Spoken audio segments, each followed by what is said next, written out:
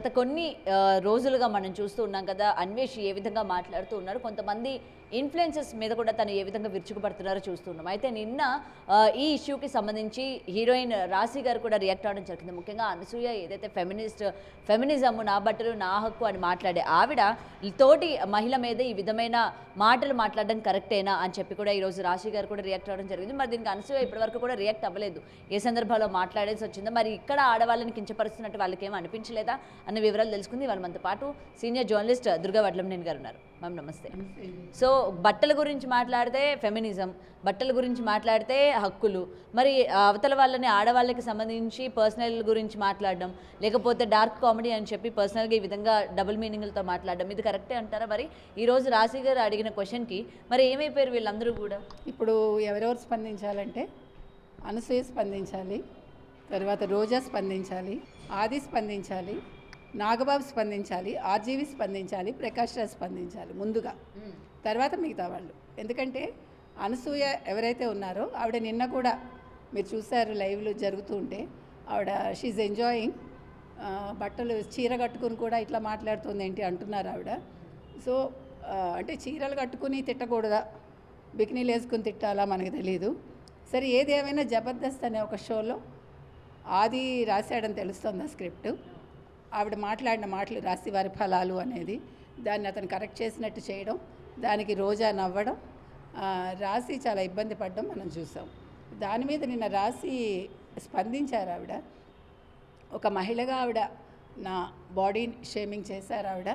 దాన్ని చూసి నవ్వింది రోజా అనే ఆవిడ, అక్కడ జడ్జిగా ఉన్న ఆవిడ అంది. సో మరి అనసూయకి అప్పుడు తప్పు అనిపించలేదా?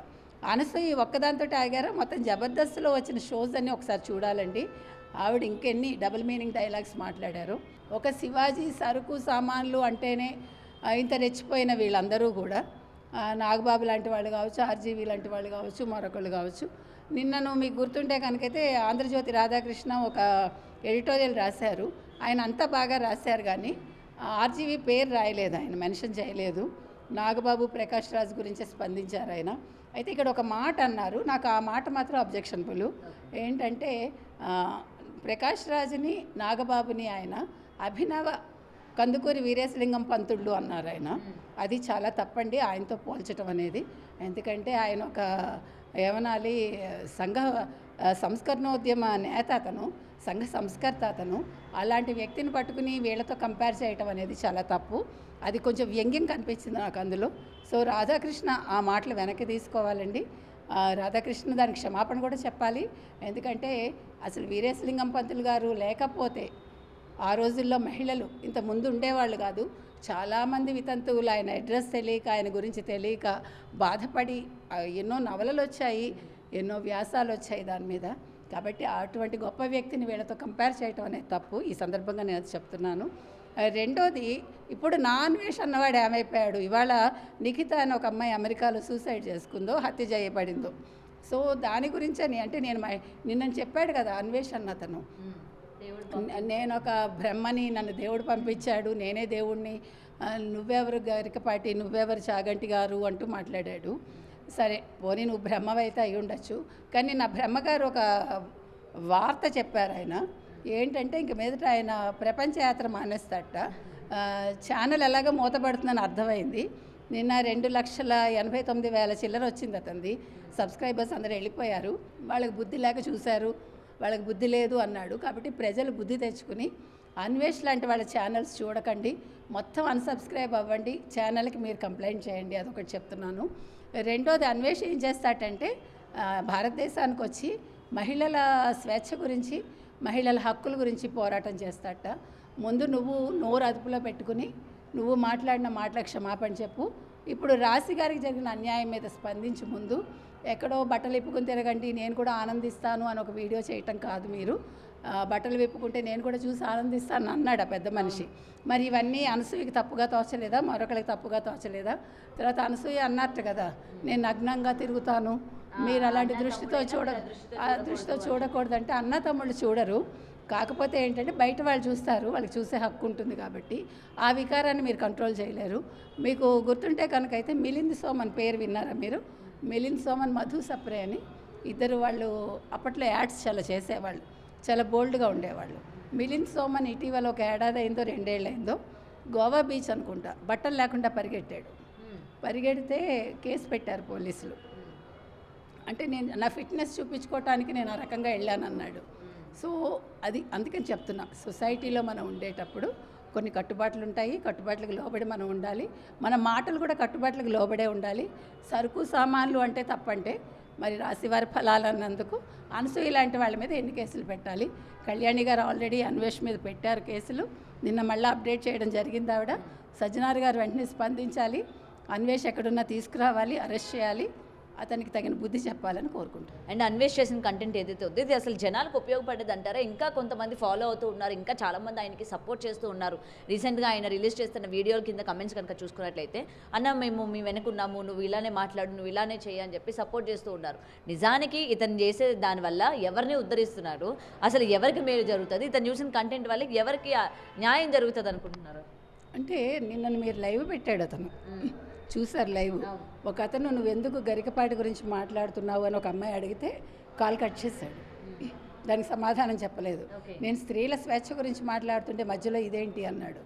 నువ్వు అవతల వాడిని తిట్టినప్పుడు అడిగే స్వేచ్ఛ కూడా అవతల వాళ్ళకు ఉంటుంది. తర్వాత మీరు అన్నట్టుగా ఇంకా ఫాలో అవుతున్నారు కొంతమంది అమ్మాయిలు, నేను నీకే సపోర్ట్ అన్నా అని మాట్లాడుతున్నారు. అది వాళ్ళ విచక్షణ, అది మనమేం చెప్తాం. అంటే మంచి చెడుకి మధ్య తేడా తెలియకపోతే ఇలాంటి వాళ్ళు ఉంటారు. అందుకని అరెస్ట్ అయ్యాడు అనుకోండి, కొంతకాలానికి ఇవన్నీ కూడా అందరూ మర్చిపోతారు. ఇప్పుడు వాళ్ళకి బుద్ధి లేక ఫాలో అవుతున్నారు, నేను ఇంకా ఛానల్ మూసేస్తానంటే నీకు భయం వేస్తుంది, నీ ఛానల్ ఉండదని. నేను వీళ్ళు ఎవరి మీద పడి తినలేదంటే డబ్బులు వీళ్ళ దగ్గర నుంచి వస్తేనే కదా నువ్వు తిరిగావు, అంటే డబ్బులు లేవని అర్థం. కాబట్టి మనం ఏది మాట్లాడినా ఆలోచించి మాట్లాడాలండి. తర్వాత ఒక రష్యన్ మహిళ లిదియా లక్ష్మి గారు మనకు స్పందించడం జరిగింది. ఆవిడే అడుగుతున్నారు, ఆవిడ మొత్తం హిందూ దేవాలయాల మీద, హిందూ సంస్కృతి మీద ఆవిడ చాలా రీసెర్చ్ చేస్తున్నారు. ప్రస్తుతం థాయిలాండ్లో ఉన్నట్టున్నారు ఆవిడ అంటే స్వచ్ఛమైన భారతీయురాల్లాగా తయారయ్యి ఆవిడ అన్ని గుళ్ళు అవన్నీ వాటి మీద రీసెర్చ్ చేస్తున్నారు. ఆవిడే అన్నారు, అసలు అన్వేష్ లాంటి వాళ్ళ వీడియోస్లో ఉండే కంటెంట్ ఏంటి, దేనికి ఉపయోగపడుతుంది, ప్రాస్టిట్యూట్స్ గురించి లేకపోతే ఇలాంటివి మాట్లాడతాడు అతను. ఇప్పుడు ప్రాస్టిట్యూట్స్ ఉంటారండి ఎక్కడైనా, ఉన్నప్పుడు వాళ్ళని నువ్వేమైనా ఉద్ధరిస్తున్నావా వెళ్ళి? మనం అడుగుతున్నది అది. వాళ్ళ కోసం ఏమైనా వాళ్ళ హక్కుల కోసం పోరాటం చేస్తే అప్పుడు అన్వేష్ లాంటి వాళ్ళు మాట్లాడచ్చు. అక్కడ ఇంతమంది ఉన్నారు అంతమంది ఉన్నారంటే మీలాంటి వాళ్ళ వల్లే అంతమంది ప్రాస్టిట్యూట్స్ తయారవుతారు.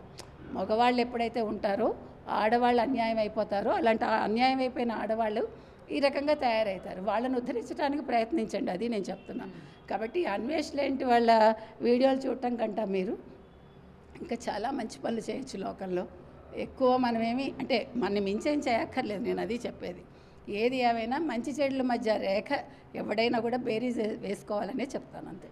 అండ్ ఫైనల్గా మ్యామ్, సో ఇంత జరుగుతున్నా ఇంకా తను ఆగకపోవడానికి రీజన్ ఏమై ఉండొచ్చు అంటారు? అంటే ఇంకా అయిపోయిన వాటిని అప్పుడు జనాలు ఏదైతే మెచ్చుకున్నారో బెట్టింగ్ యాప్స్ అని లేకపోతే సో కాల్డ్ ఇన్ఫ్లుయెన్సెస్ గురించి మళ్ళీ ఇవాళ తెర మీదకి తీసుకొచ్చి, అంటే తన తప్పు ఏమీ లేదు, నన్ను మీరు అనవసరంగా అన్ఫాలో కొడుతున్నారు, నేను చెప్పిన విధానం ఒకటి మీరు తీసుకున్న విధానం ఒకటి అని ఏదైతే చెప్పే ప్రయత్నం చేస్తున్నారో జనాలు మళ్ళీ వినే దాంట్లో ఉన్నారంటారా?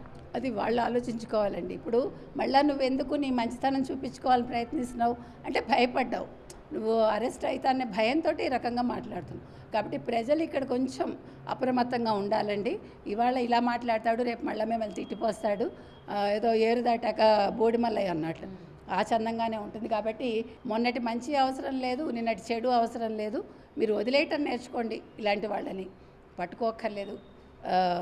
చట్టం తన పని తాను చేసుకెళ్తుంది.